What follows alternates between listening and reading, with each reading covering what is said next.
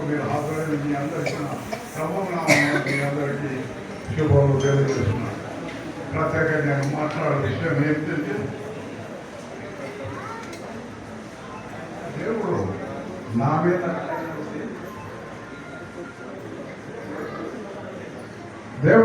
మీద దయచేసి 1957 జూన్ 5 తారీఖు నాడు ఒక వస్తువు ఇచ్చాడు. ఆ తారీఖు నాడు సాయంత్రం చూసినట్లయితే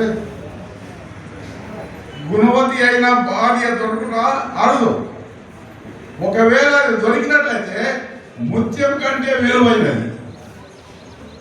నాకు జూన్ 1957 సంవత్సరం జూన్ 5 తారీఖు నాడు నాకు ఒక దేవుడు నా మీద దయచేసి ఒక ముత్యాన్ని ఇచ్చాడు. ఆ ముత్యం ఎంతవరకు నాతో ఉన్నదంటే 69 సంవత్సరాలు.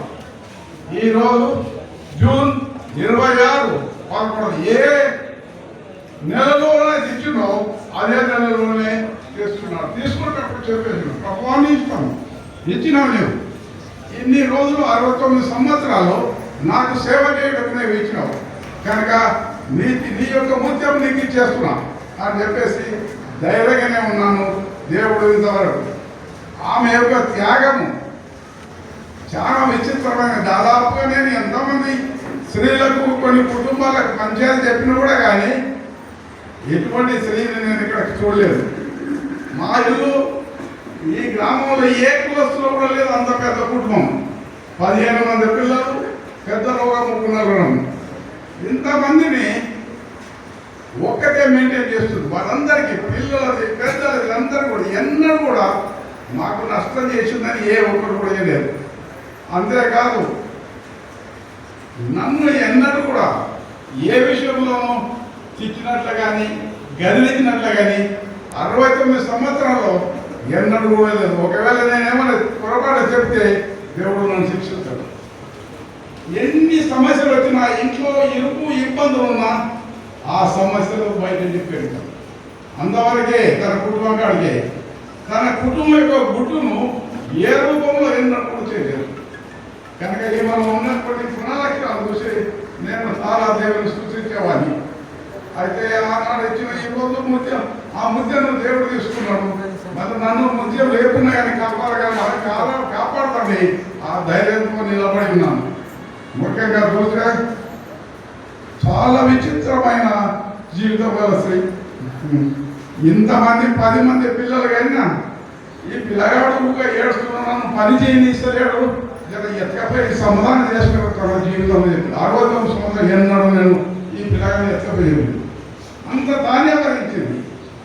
నాకైతే ఏలాంటి నా జీవితం ఒక కష్టం కూడా పెట్టలేదు. అటువంటి ముత్యాన్ని దేవుడు నాకు ఇచ్చినాడు కాబట్టి అనుకోరికే ఈ ముత్యం దేవుడు తీసుకున్నాడు. సరే తన ఇచ్చిన ముత్యం తాను తీసుకున్నాడు అని సంతోషంగా ఉన్నాను. సహోదరులారా, విడవైన మా కుటుంబానికి మీరందరూ మీ ప్రార్థనలో జ్ఞాపకం చేసుకోవాల్సిందని ఈమె యొక్క దయగల హృదయం. ఎవరైతే తల్లిదండ్రులు లేకున్నాడో వాళ్ళకు ఆహారం లేని ఎంతమందికి ఎక్కువ దయగలదు, నెనరగల. అంతేకాదు కుటుంబాన్ని ఎట్లా నడిపేయాలి, పిల్లలు ఏ విధంగా నడిపేయాలనేది ఆ జ్ఞానం తనతో ఉన్నది. పిల్లలు ఆడపిల్లలు 5 మంది కదా, ఎట్లా ఏం లేదు. ఆడపిల్లల ముందు దాటియాలి, మిగతా మాట్లాడే దాటియాలి. అంటే వాస్తవమే తాను చెప్పినట్టు ప్రకారము ఆడపిల్లలు దాటి తర్వాత లోపల నాకు సంసార విషయంలో అన్నిటికీ ఒక గురువుగానే ఉండి చెప్తూ ఓసారి నేను వింటలేను, ఓసారి కేర్ చేస్తలేను, కానీ చివరకు అదే రకంగా నేను ఒప్పుకోవాల్సి వస్తుంది. కనుక ఇటువంటి యొక్క ముత్యము దేవుడు తీసుకున్నాడు. మరి చివరి దశలో చావు కూడా ఎప్పుడు కూడా పాడవాడు, మంచి మరణం మేము దేవా అని ఇప్పుడే పాడతాం మనము. అదే నేను పాడదామని చెప్పి ప్రార్థన కూడా ఎప్పటికీ ఆ పాట పాడి దేవుడు మంచి మరణం ఇచ్చాడు. మేము తీసుకుపోయి మేము ఎప్పటికీ కడుపులను వస్తుందని చెప్పి దవాఖాన తీసుకుపోయి నా చిన్న కుమారుడు మైకల్ను నాయన కారు తీసుకున్నా పోదాం పోయి మాకున్నారు చేసుకుని వస్తాం తయారు. ఆయన వచ్చి 7:30 వరకు వచ్చాడు. ఈమె కొద్దిగా స్నానం లేచింది, మొగం కట్టుకున్నది, స్నానం చేసింది, అన్ని క్లియర్ వచ్చి కారు వచ్చి కూర్చున్నది.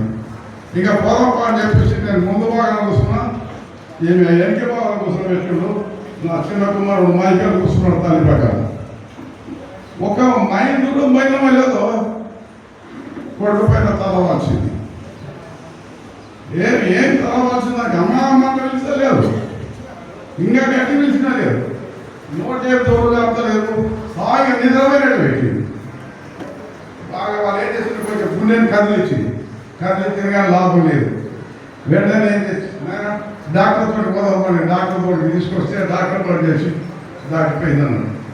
కనుక దేవుడు ఇంత మంచి మరణం, ఒక ఇబ్బంది లేదు, తిరిగి లేదు, ఏమి లేదు, జొల్లు గారినట్టు లేదు, తన చిన్న కుమారు మీద తలవాల్చి అడ్డేపడుతున్నాడు. కనుక దేవుడి యొక్క కృప ఆమె పట్ల మంచి మరణం అనే మాట దేవుడు ఆమె పట్ల నెరవేర్చినాడు. ఇంకొకటి ఆమె ఎప్పుడైనా చూడు, నాకైతే 3 స్పందలు చేసాడు, నాకు 3 స్పందలు చేసాడు. నీవు అందరితో కలిసిమెలిసి ఉండాల్సింది, అందరి ప్రేమ సంపాదించుకుని నేను ఉండలేను, అయిపోయింది. 3 స్పందలు చేసిందంటే నేను చాలా కాలం బతున్నాను అంటే ఆమె నీకు 100 సంవత్సరాలు ఆయుష్ ఉంది, నీకు ఎందుకు భయపడుతున్నావు, ఎన్ని సందేశాలు నీకేం కదని పదే ఇది అనేది. కానీ నీ ముందర నేను పోతేనే నాకు గౌరవం, అది ఎప్పుడు ఆమె అదే రీతిగా నన్ను అనుకున్నట్ల నా ముందే దాన్ని వెళ్ళిపోవడం. కనుక ఇటువంటి యొక్క భక్తి గల స్త్రీ ప్రతిరోజు ఉదయకాలం రాత్రి కూడా కుటుంబ ప్రార్థన ఖచ్చితంగా జరగాల్సింది, ఏ పరిస్థితుల్లో కూడా లేకూడదు. కనుక ఈ పరిస్థితులన్నీ కూడా నేను అనుభవించి ఇప్పుడు ఏ విధంగా ఎడబాలని దేవుని చిత్తం దేవుని మీద భారం వేసిన దేవుడు నా జీవితాన్ని కూడా 80 ఏళ్ళ వయసు ఆమె. అయితే దేవుని కృప చేత తిరిగి దేవుడిచ్చిన ముత్యాన్ని దేవునికి ఇచ్చిన దేవునికి స్తోత్రం